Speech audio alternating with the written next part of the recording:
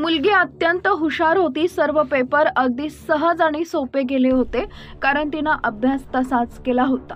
परंतु तिचा शेवटचा पेपर अधुराच राहिला, कारण या घटनेमध्ये तिचा जागीच मृत्यू झालेला आहे। तुम्हाला कितीही उशीर लागू द्या, तुम्ही अशी घाई करू नका। चॅनलवरती पहिल्यांदा आला असेल तर MM मराठी न्यूजला जरूर सबस्क्राईब करा। मनस्वी सुरेश मेहतर, वय वर्ष 15, राहणार निवती असं तिचं नाव आहे। अपघात सकाळी 7:30च्या सुमारास पाट माऊली मंदिर नजीक घडला। या प्रकरणी अल्पवयीन दुचाकी स्वारासह त्याचे वडील डंपर चालकाविरोधात निवती पोलीस ठाण्यात गुन्हा दाखल करण्यात आलेला आहे। पोलिसांकडून मिळालेली माहिती अशी, मनस्वी ही पाट इथं SL देसाई विद्यालयात SL देसाईमध्ये 10वीत शिकत होती। आज दिनांक 17 रोजी 10वीचा शेवटचा पेपर असल्यानं ती दुचाकीवरून पाट इथं क्लाससाठी येत होती। वाळू वाहतूक करणाऱ्या डंपर MH07B 7891 परुळे पाट मार्गे कुडाळच्या दिशेनं येत होता।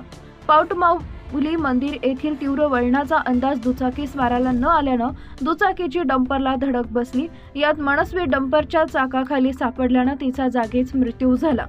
या घटनेची माहिती मिळताच निवती पोलीस घटनास्थळी दाखल होत पंचनामा केला।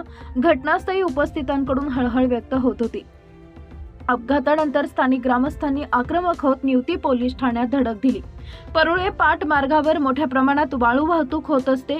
चालक सुसाट डंपर चालवत असतात। याकडे लक्ष वेधत भरधाव डंपर वाहतुकीला आळा घालण्याची मागणी पोलिसांकडे केली आहे।